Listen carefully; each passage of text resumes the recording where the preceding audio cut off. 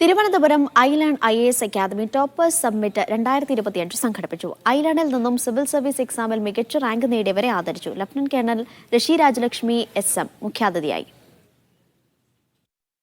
സ്ഥാപനം ആരംഭിച്ചിട്ട് 10 വർഷം പിന്നിടുമ്പോൾ ഒരു പറ്റം വിദ്യാർത്ഥികളെ സിവിൽ സർവീസിൽ എത്തിക്കാൻ പറ്റിയതിന്റെ നിറവിലാണ് ഐലാൻഡ് അക്കാദമി.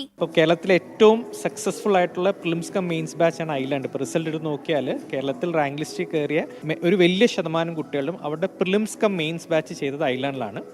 നമ്മുടെ ഒരു കോഴ്സിൻ്റെ പ്രത്യേകത എന്താണെന്ന് വെച്ചാൽ ക്ലാസ്സുകളുണ്ട്, ടെസ്റ്റുകളുണ്ട്, മെൻറ്റർഷിപ്പ് ഉണ്ട്. ഏറ്റവും ഇമ്പോർട്ടൻ്റ് ആയിട്ട് ഐലാൻഡിൽ പ്രിലിംസ് കം മെയിൻസ് ബാച്ചിൽ ജോയിൻ ചെയ്താൽ റാങ്ക് ലിസ്റ്റിൽ കയറുന്ന വരെയുള്ള സപ്പോർട്ട് നമ്മുടെ കോഴ്സിന്റെ ഭാഗമായിട്ടുണ്ടാവും. ഒരു കോച്ചിംഗ് അക്കാദമി എന്നതിലുപരി സമൂഹത്തോട് പ്രതിബദ്ധതയുള്ള ഒരു സ്ഥാപനം എന്നതാണ് ഐലാൻഡിന്റെ മുഖമുദ്ര. 10 വർഷം പിന്നിടുമ്പോൾ ആഘോഷങ്ങൾക്ക് പകരം സമൂഹത്തിന് കൂടുതൽ സിവിൽ സർവീസ് ഉദ്യോഗസ്ഥരെ നൽകാനാണ് ഐലാൻഡ് ലക്ഷ്യമിടുന്നത്.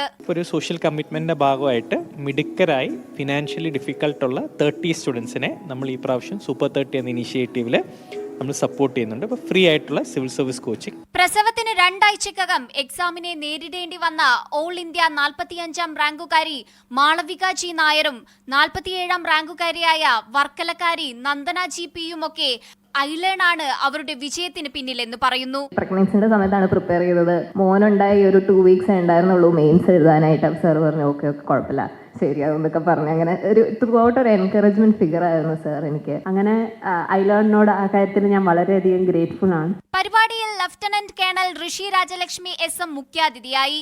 ഡയറക്ടർമാരായ TJ Abraham, Muhammad Shinas, faculty Jishnu Krishna തുടങ്ങിയവർ സംസാരിച്ചു. മീഡിയ 1 തിരുവനന്തപുരം.